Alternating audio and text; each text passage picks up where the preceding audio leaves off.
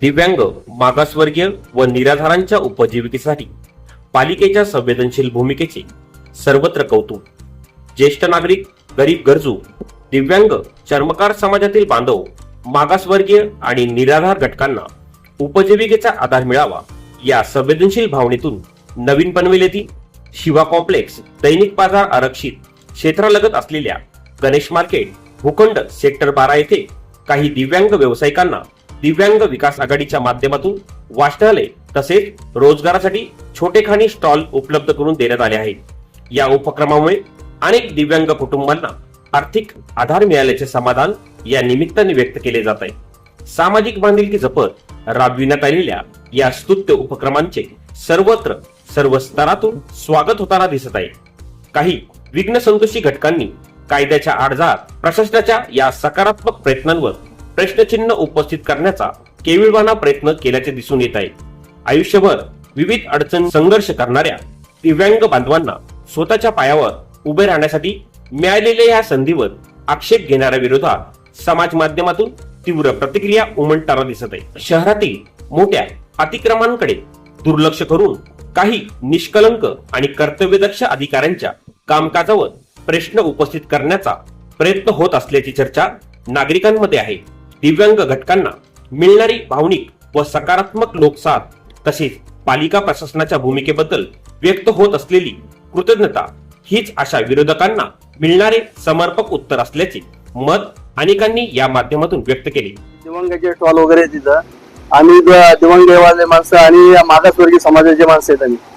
आम्हाला कुठे जागा देत नाही, कुणी काही करत नाही. इथं येऊन कोणी पण आम्हाला बोलतात का, कोणी पण टाकतात, इथं उचलून कोणी पण येतात आणि धंदे टाकतात.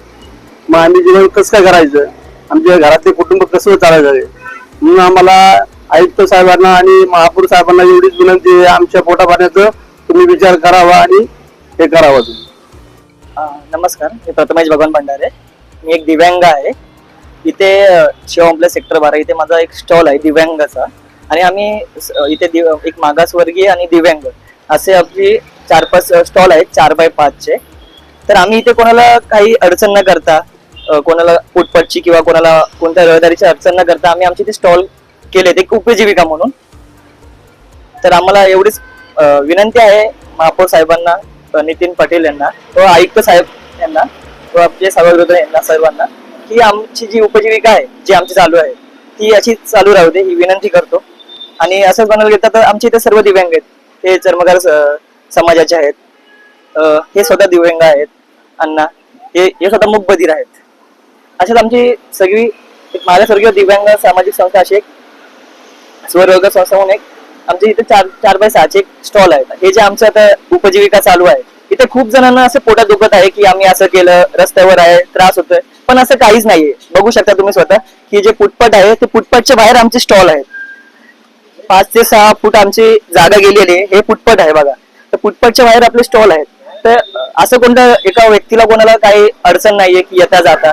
व परत बघायला तर आम्ही एक सामाजिक उपक्रम म्हणून वाचनालय पण आम्ही चालू केले. डॉक्टर बाबासाहेब आंबेडकर वाचनालय पण आम्ही चालू केलं. म्हणजे वृद्धांना ते वाचायला बघायला, दिव्यांगांना तर बसायला येईल, पावसामध्ये येता जाणारे माणसं असतील ते उभे राहू शकतात. हे पण आम्ही सोय केली आहे. तर आम्ही प्रशासनाला व महापौर साहेबांना, आयुक्त साहेबांना, आमचे सभागृह प्रकाश बिनेदार यांना सर्वांना आम्ही विनंती करतो की जी आमची उपजीविका आहे ती अशीच चालू राहू द्या.